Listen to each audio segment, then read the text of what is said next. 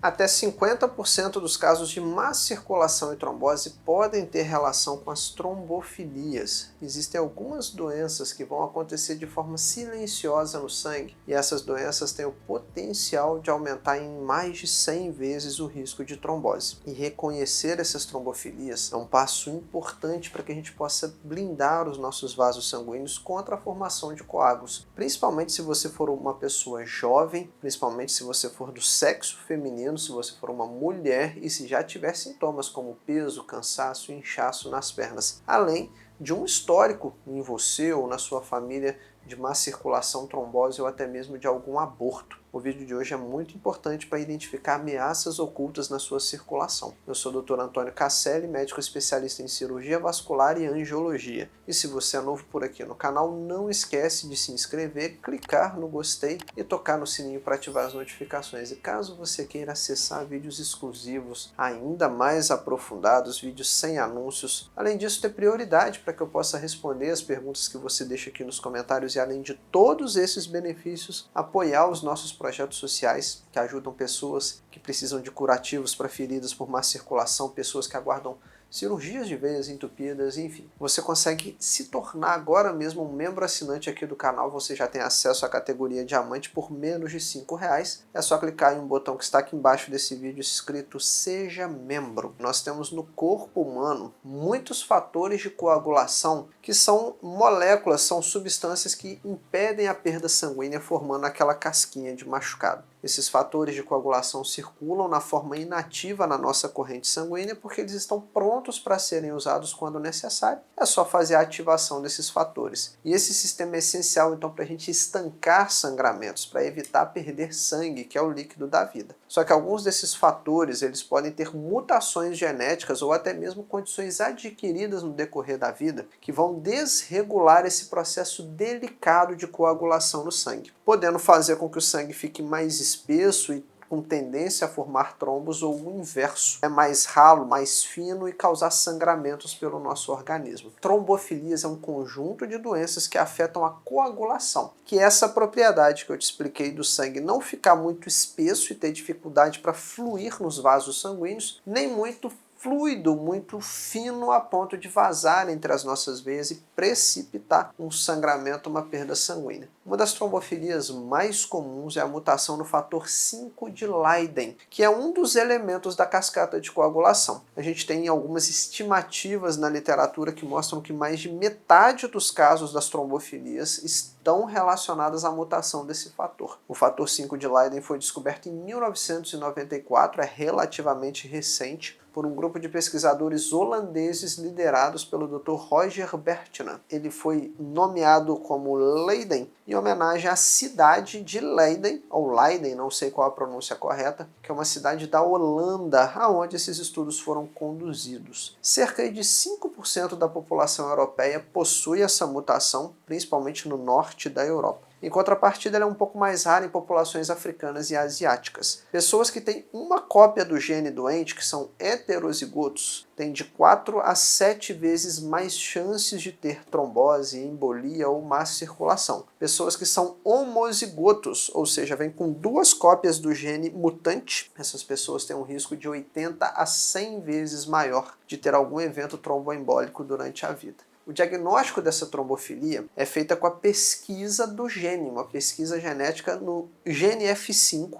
que é o que codifica o fator 5 de Leiden. Embora essa mutação vá aumentar o risco de trombose, muitas pessoas que possuem o fator 5 mutante podem nunca apresentar uma circulação, trombose ou embolia. Vários estudos têm sugerido que essa mutação acontece porque em algum momento do desenvolvimento da humanidade, isso pode ter oferecido certa vantagem evolutiva, talvez no passado, porque algumas mulheres com a mutação do gene podem ter tido menos risco de hemorragia após o parto, por conta de uma coagulação mais rápida e eficiente, aumentando as chances de sobrevivência e de reprodução. Por isso que a doença chegou nos dias de hoje. Essa é uma teoria aceita atualmente, a mais, digamos assim, difundida. Mas calma que o nosso vídeo só está começando, tem muita coisa boa, assuntos que você nem imagina que ainda estão por vir no vídeo de hoje. Mas antes de ir para a próxima trombofilia, eu quero te lembrar que na descrição desse vídeo tem 2 links úteis para você. O primeiro deles é o SOS Má Circulação e Trombose, que é o nosso programa avançado de combate à má circulação e à trombose. O segundo link é um e-book com 10 dicas práticas de como você pode cuidar da sua saúde cardiovascular da forma certa, de como você pode proteger as suas veias contra a formação de coágulos sanguíneos. Mas vamos voltar então para o nosso tema de hoje. A próxima trombofilia que nós vamos falar vai ser a deficiência de antitrombina. É uma outra trombofilia que aumenta o risco de trombose nas veias e também de embolia pulmonar. A antitrombina é como se ela fosse um anticoagulante natural. E na falta da antitrombina, a gente tem uma tendência maior a formar coágulos sanguíneos. Essa trombofilia é relativamente mais rara do que a outra, a deficiência do fator 5 de Leiden. Indivíduos com deficiência de antitrombina têm um risco de 5 a 50 vezes maior de apresentar trombose nas veias da perna ou coágulos no pulmão, como no caso da embolia pulmonar, em comparação à população geral que não apresenta essa doença. A gravidade, e o risco vai depender do tipo de deficiência e dos fatores desencadeantes adicionais, se a pessoa ela é sedentária, se ela não se cuida, se a pessoa está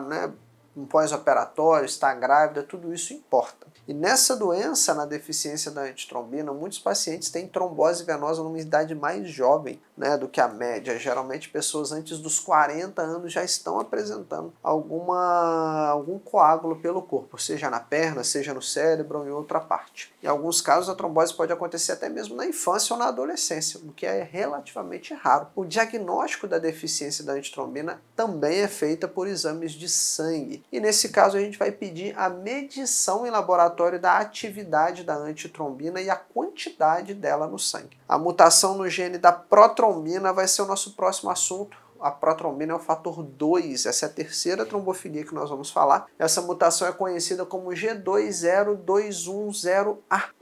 Termo difícil, mas é uma forma hereditária de trombofilia que aumenta o risco também de desenvolver coágulos. É a segunda causa mais comum de trombofilia, vai ser estatisticamente presente em 2 a 3% da população europeia, e essa mutação do gene 20210A, que é o gene da protrombina, fazer esse teste em laboratório, essa pesquisa genética, é o que vai dar diagnóstico. A gente vai ter níveis elevados de protrombina no sangue. A gente vai fazer o exame de sangue, onde nós vamos identificar que os níveis vão ser 30% mais altos do que o normal. E esse acúmulo de protrombina aumenta a probabilidade da formação de trombos. E indivíduos com essa mutação no gene da protrombina vão ter de 2 a 3 vezes mais chance de ter uma trombose venosa profunda ou uma embolia pulmonar em comparação com a população em geral que não apresenta essa doença. E a combinação, por exemplo, de anticoncepcionais hormonais e essa mutação vai aumentar ainda mais o risco de trombose. Esse risco vai ser de cerca de 15 vezes maior. Algumas outras proteínas do sangue também vão ter papéis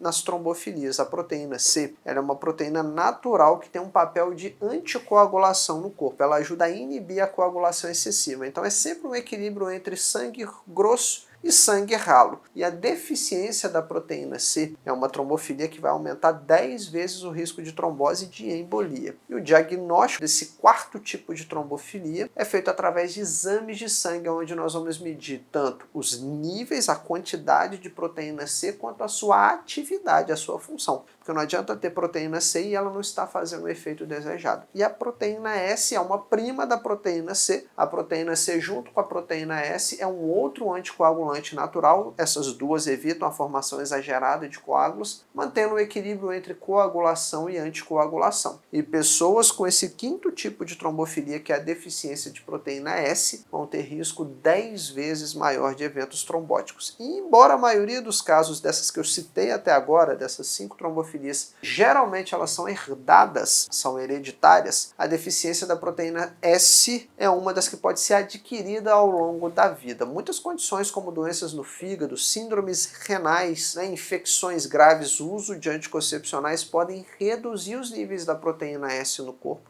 causando uma maior predisposição à formação de coágulos sanguíneos. A homocisteína, pessoal, é um aminoácido que que está presente em níveis elevados no nosso sangue. E quando isso acontece, a gente vai ter danos direto aos vasos sanguíneos e aumentar o risco de trombose. Essa é a nossa sexta trombofilia, que é a mutação no gene MTHFR, que é o gene metileno tetrahidrofolato redutase. Ele afeta o metabolismo da homocisteína e existem duas variantes descobertas, né, que são as mais comuns do gene MTHFR. As mais comuns são as mutações C677T e a A1298C. Esses genes codificam uma enzima essencial no processo de metabolismo do ácido fólico, que converte a homocisteína em uma forma menos tóxica, que é a metionina. Quando tem uma mutação nesses dois genes que eu falei, a gente tem uma condição conhecida como hiperhomocisteinemia, o acúmulo de homocisteína no sangue. E além desse papel da homocisteína como uma trombofilia, ela é considerada um fator de risco independente não só para a trombose, mas doenças cardiovasculares, como o ataque cardíaco, o acidente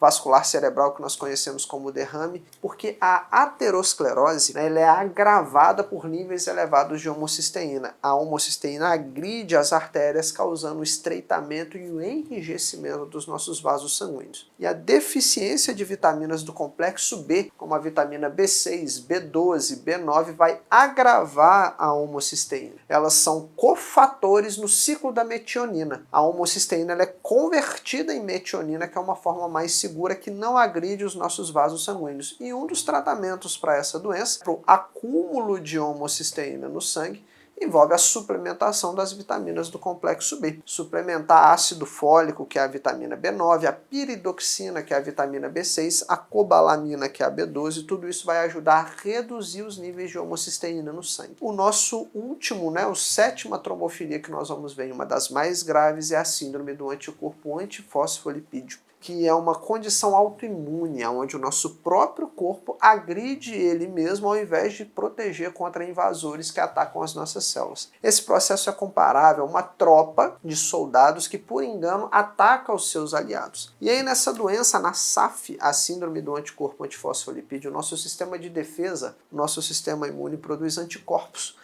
A anticardiolipina, anticoagulante lúpico, anticorpos anti-2-beta-glicoproteína 1, que atacam as membranas das nossas células, e isso leva a uma disfunção na coagulação, aumentando a tendência à formação de trombos, ou seja, de trombose, de embolia, de doenças da circulação. A SAF é responsável por cerca de 20 a 30% dos casos de trombofilia, sendo muito grave em mulheres, por conta do risco elevado de complicações na gestação. Até 80% das mulheres com SAF podem enfrentar problemas graves durante o seu período gestacional, incluindo abortos de repetição, insuficiência placentária, e tudo isso vai prejudicar o suprimento de nutrientes ao feto, interrompendo a gravidez. Além de afetar o sistema venoso, a SAF também afeta o sistema arterial. Então a gente tem não só o risco de trombose e embolia nas veias, mas também de ataque cardíaco, de AVC e entupimento nas artérias da perna. Por isso que, para tratar a SAF, nós usamos anticoagulantes para proteger as veias e antiagregantes para proteger as artérias. Nós temos tromboses venosas e arteriais na SAF. É uma causa grave, é uma síndrome grave de trombofilia, e ela pode ocorrer tanto na sua forma primária, que é quando a gente não consegue achar nenhuma outra doença que explica a SAF, ou de forma secundária,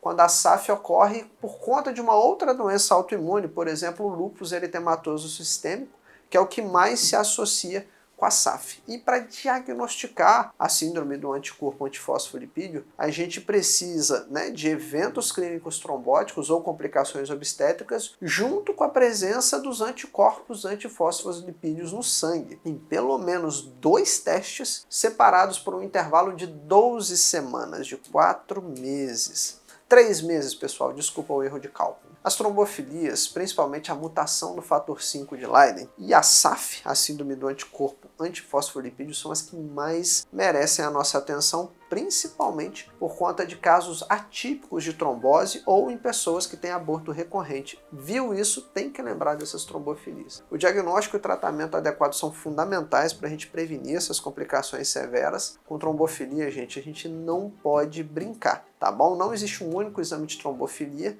a gente tem que pesquisar uma a uma, e nesse card que vai aparecer aqui em cima eu vou deixar 7 exames de má circulação e trombose. Se os seus exames não estiverem normais, você está numa enrascada, confia em mim, assiste o vídeo que vai aparecer aqui, não perde, vê ele até o final. Mas se nesse nosso encontro de hoje você aprendeu muita coisa importante, eu pude te ajudar bastante, talvez tenha sido até melhor do que uma consulta médica que você já fez por aí, não recebeu tanta informação de qualidade, até pagou e não foi tão bem atendido, com tanta riqueza de detalhes como no nosso vídeo de hoje, eu te convido a contribuir para os nossos projetos sociais. Tem 2 formas de você fazer isso. A primeira é se tornando um membro assinante. Você contribui para o crescimento do canal e a gente poder ajudar pessoas com feridas de má circulação e pessoas que aguardam cirurgias de veias entupidas. Em benefício, você ganha acesso a vídeos exclusivos, vídeos sem anúncios, vídeos completos. Você tem prioridade, que eu possa responder perguntas que você deixa aqui nos comentários, mas se você preferir fazer uma contribuição pontual, é só ir na descrição do vídeo e encontrar uma chave Pix. Nunca se esqueça que a prevenção é sempre o melhor remédio contra as veias entupidas, a má circulação para qualquer doença. A nossa saúde é o nosso bem mais precioso, sem ela a gente não consegue aproveitar a nossa vida, passear com quem nós amamos, a gente não consegue trabalhar e ter o nosso sustento do dia a dia, então é muito importante você se cuidar, você se proteger, você se prevenir da forma certa. E é para isso que a gente está aqui, para te ajudar a combater a má circulação como tem que ser feito, para te ajudar